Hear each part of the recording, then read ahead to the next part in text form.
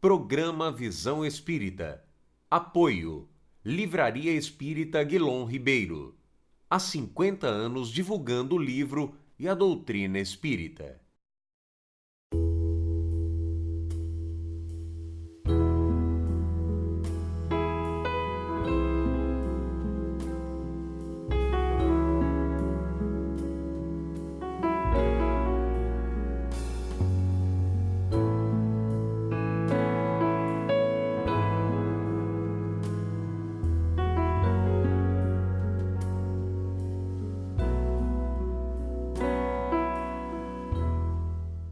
Que a paz do Cristo os envolva a todos. Na tarefa de cooperação para a realização do bem que podemos, nos vemos de alguma forma preocupados diante das oportunidades que nos surgem nas circunstâncias do nosso dia a dia, em não somente aproveitá-las, mas transformá-las em utilidade. Quando Emmanuel nos traz as reflexões do momento, essa utilidade se dilata ainda mais intensamente. Refere-se em oportunizar as nossas boas obras em favor do Cristo e, por consequência, a benefício dos outros. Entretanto, sabemos que nós somos carecedores de recursos, de muitas vezes até possibilidades. Quando pensamos nessa carência que muitas vezes apresentamos, invariavelmente a grande indagação é: será que eu posso? Será que eu consigo? A indagação é justa. Entretanto, talvez ela não seja de toda verdadeira. Porque no trabalho da realização do bem, nós nunca estamos sozinhos. Nós nunca deixamos de ser auxiliados para o auxílio que promovemos. Assim, é imprescindível reconhecer que qualquer movimento que façamos na realização do bem é antes um movimento do Cristo.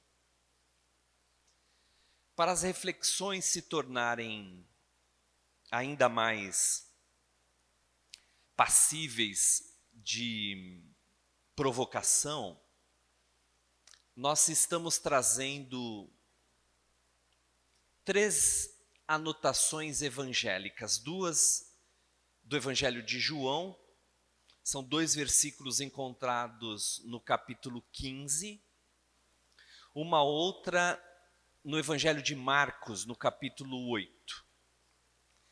Também vamos trazer uma pergunta feita ao benfeitor Emmanuel, a de número 316, no livro O Consolador.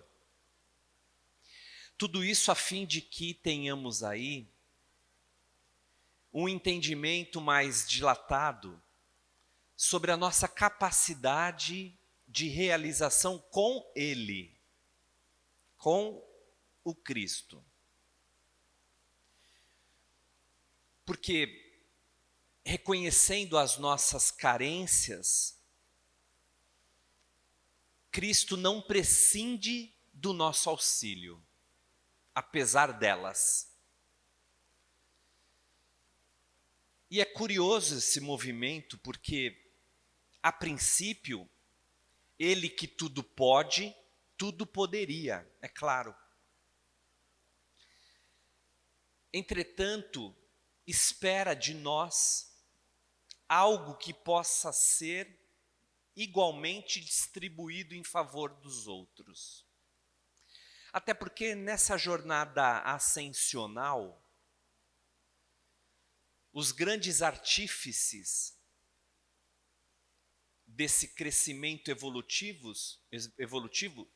somos nós mesmos, cada um de nós. Portanto, a cada possibilidade que a vida nos oferece, a fim de auxiliarmos, nós temos aí um passo a mais, um degrau a mais nessa infinita escada ascensional rumo ao encontro celeste. No versículo do Evangelho de João, no capítulo 15, o de número 5, Jesus vai dizer: sem mim nada podereis fazer.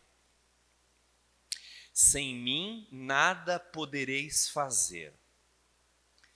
Ora, nós podemos nos questionar: será que realmente sem Ele nós nada podemos? Jesus se refere a planos mais elevados na tarefa realizadora do homem. Não observa aí as questões mais comezinhas, mais materiais. Entretanto, nos desperta uma reflexão mais profunda a respeito das potenciais realizações superiores que já é possível façamos. Sem mim nada podereis fazer. É porque ele sabe que, como o grande dispensador de bênçãos, ininterruptamente distribui o bem para todas as criaturas indistintamente. E como ele dispensa as bênçãos celestes sobre os homens, aqueles que promovem o bem, de alguma sorte, em absorvendo estas forças do invisível, se veem como instrumentos para que esse bem se resolva diante das nossas ações. Vejamos que numa outra oportunidade ele vai a dizer: eu de mim nada posso. Eu de mim mesmo nada posso, e tudo o que eu faço testifica as obras do Pai através de mim. Ele também se coloca como um instrumento intermediador do bem que emana de Deus para todas as criaturas. Por outro lado, também ele assume a missão de distribuí-las para nós mesmos. Experimentar, assim, estas bênçãos celestes promove o nosso próprio movimento a fim de que nós também possamos com ele cooperar.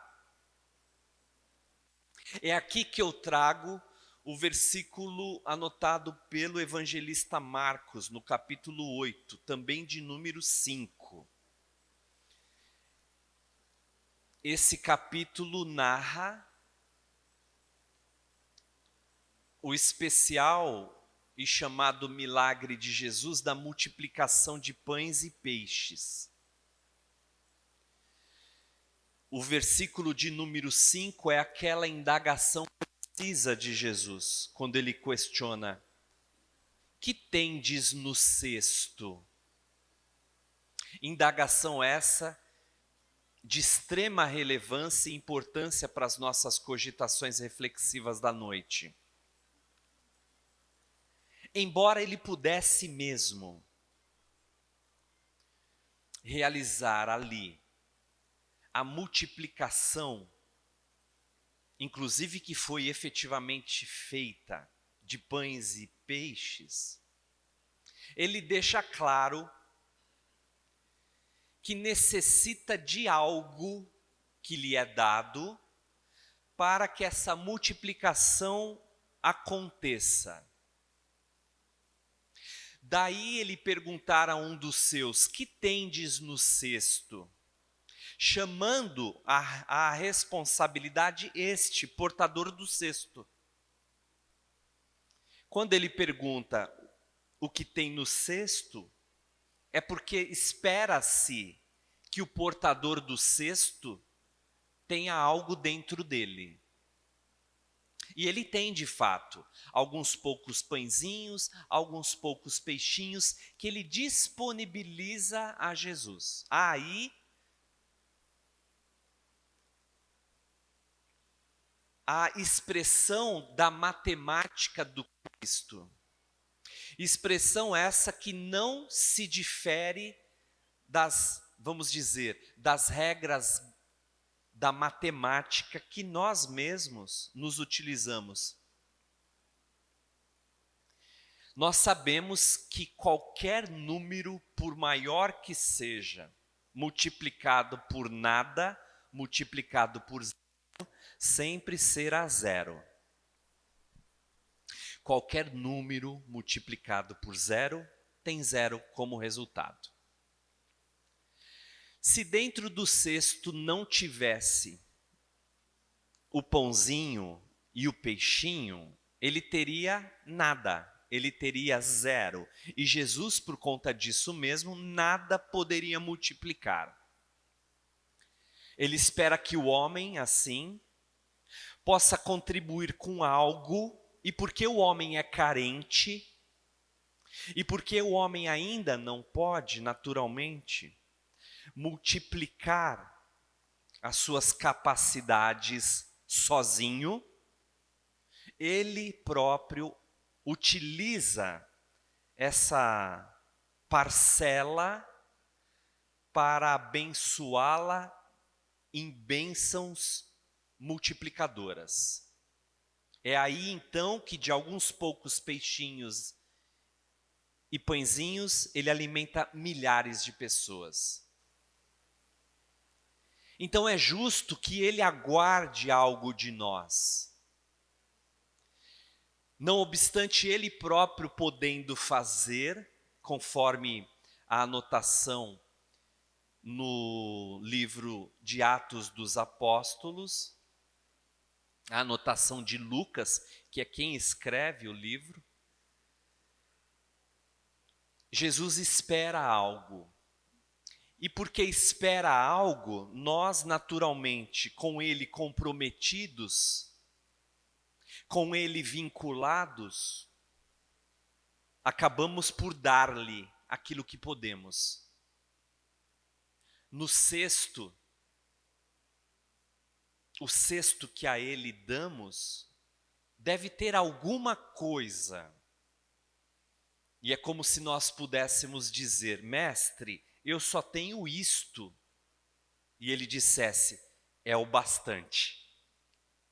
É o bastante.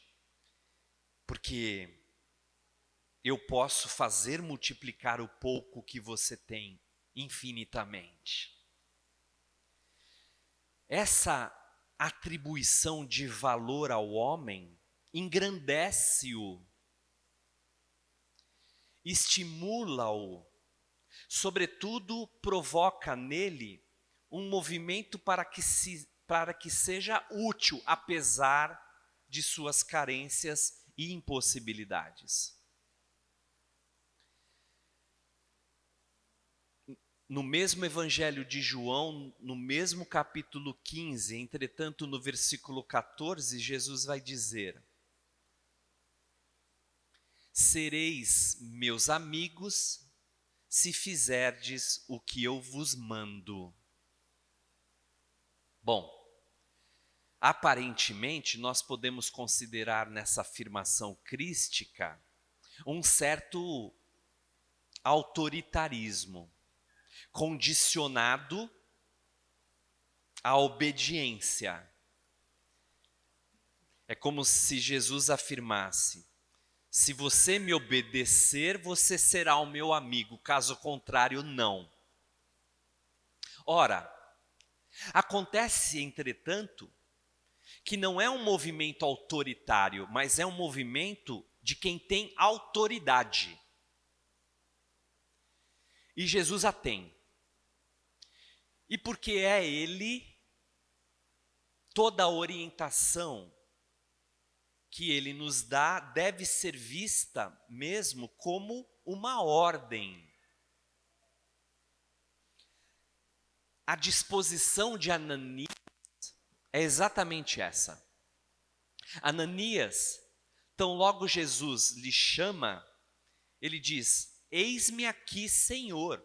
Ele encontra-se de prontidão, ele encontra-se absolutamente receptivo a obedecer. E nessa mesma passagem, nesse mesmo capítulo de Atos dos Apóstolos,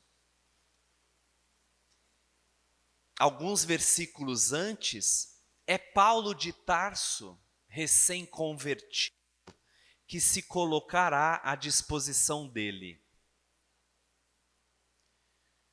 Porque quando Jesus pessoalmente se identifica, eu sou aquele que tu persegues,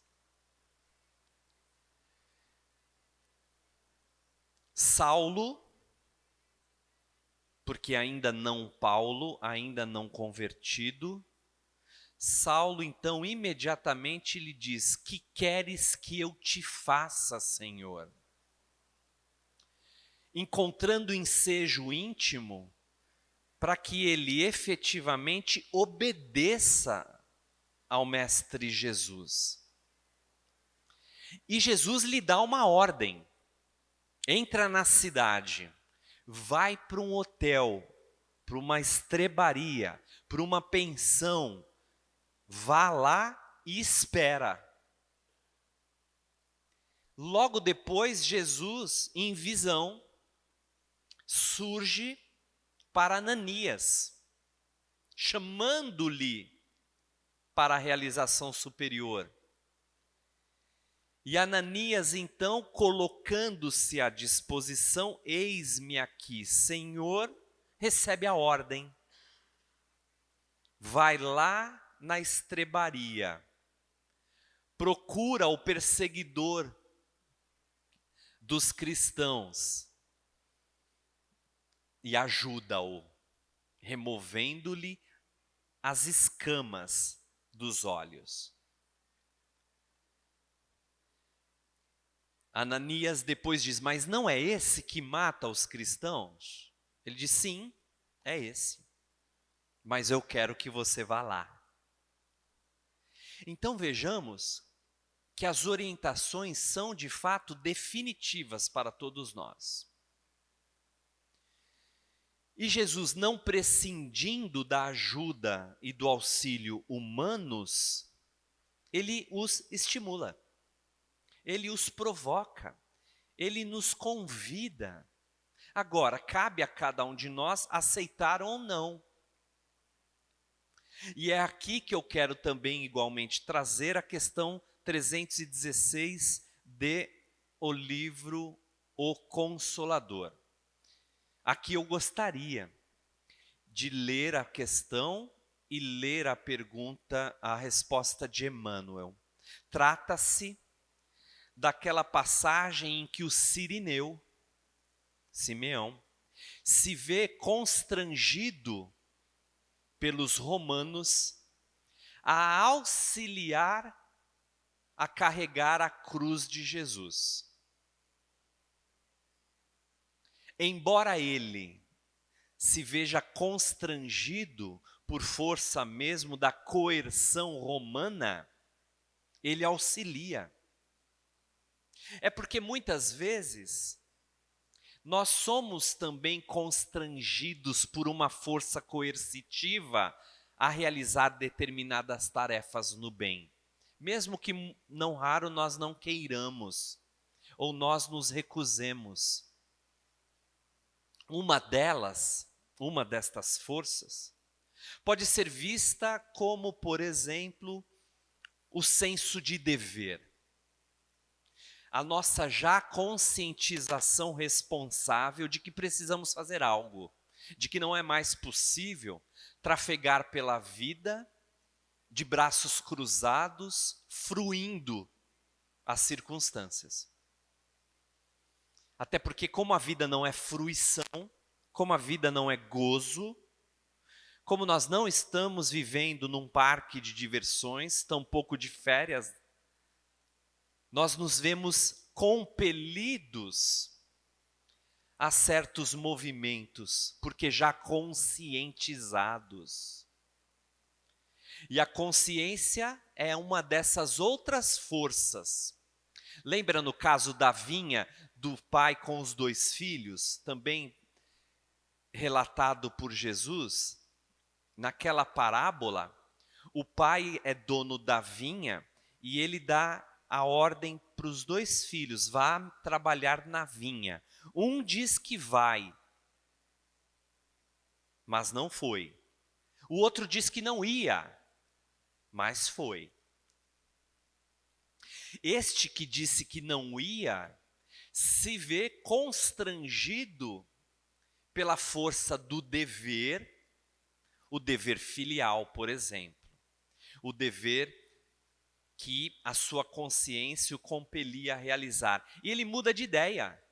Ele não queria, mas vai.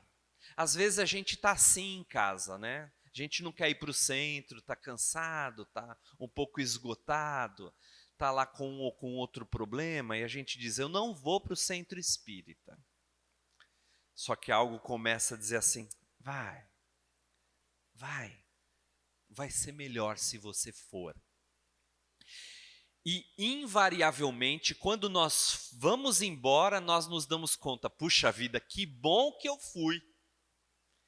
Que bom que eu fui, porque nós saímos revigorados, revitalizados, saímos mais capacitados para auxiliarmos-nos intimamente e para, de alguma sorte também, auxiliar os outros. Porque a vida é uma sinergia, é uma infinita simbiose, onde mutuamente nos auxiliamos.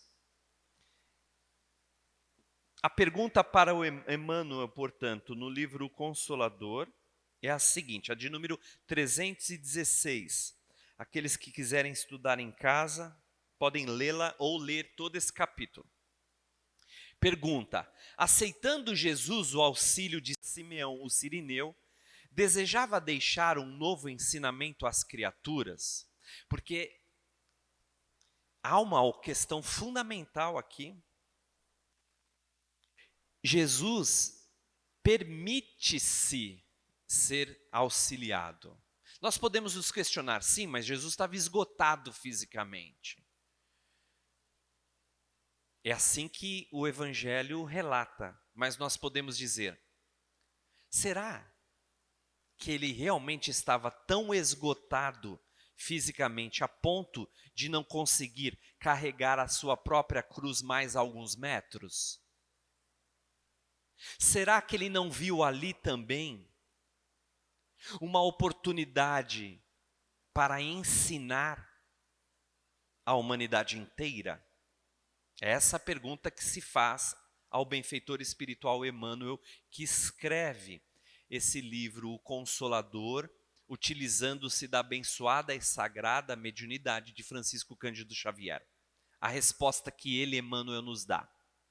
Essa passagem evangélica encerra o ensinamento do Cristo concernente à necessidade de cooperação fraternal entre os homens em todos os trâmites da vida. Vejamos então. Jesus nunca perde uma oportunidade de ensinar. Porque atento, é claro, por ser ele, é óbvio. Mas em todas as ocorrências da vida, ele ensina sempre. E ensinando sempre, espera de alguma forma que nós possamos aprender algo com aquilo que ele ensina. E aos poucos, vamos não somente abstraindo-lhe as lições ocultas, mas especialmente percebendo a grandiosidade de suas exemplificações e de suas realizações. Se nós esperamos, portanto, algo do Cristo, Ele igualmente algo de nós espera. A questão então é, o que eu tenho dado? O que eu tenho dado? Eu tenho me permitido dar alguma coisa? O que eu estou carregando no meu cesto invisível do coração, da mente, para que diante dessa indagação regularmente feita nos apelos invisíveis da vida, eu tenho aproveitado ou não? O questionamento, portanto, é crucial para que nos vejamos úteis de alguma sorte, por menor que seja a nossa capacidade, por menor que nós achamos que essa capacidade seja. Madre Teresa de Calcutá vai dizer: eu sei que o meu trabalho, eu sei que o que eu faço é uma gota no oceano, mas eu tenho certeza que sem ele o oceano teria uma gota a menos. Vejamos então a extensão das nossas possibilidades. Se o mundo fizesse uma gotinha, o oceano do mundo, de amor, de solidariedade, de tolerância, de compreensão, de alegrias, de felicidade, de amor, seria cada vez maior. Entretanto, poucos são aqueles que contribuem com a sua gotinha de auxílio. Agora, lembremos que a própria vida estabelece estes movimentos. A nuvem devolve a água que ela em algum momento tirou do leito do rio. Assim, nos retroalimentamos com o auxílio que podemos e o auxílio que recebemos. E bem ou mal, digamos assim, podemos fazer pequenina diferença. Entretanto, se estivermos coadunados aos propósitos crísticos, essa pequenina diferença se transforma, se agiganta, se avoluma com a nossa cota de participação e contribuição na obra divina. A nossa cota de realização do bem sempre fará diferença para alguém. Especular se vamos ou não resolver os problemas do mundo talvez seja uma das coisas mais inúteis que podemos nos preocupar, porque nós não vamos. Agora, decididamente, nós podemos resolver um problema do mundo de cada vez. Pensemos nisso, portanto. Amigos e amigas, agradeço-os mais uma vez. Que Jesus os abençoe e que possamos seguir sempre confiantes e determinados, realizando o bem que já podemos, tendo em nossos corações e em nossas mãos a figura do Mestre Jesus. Muita paz.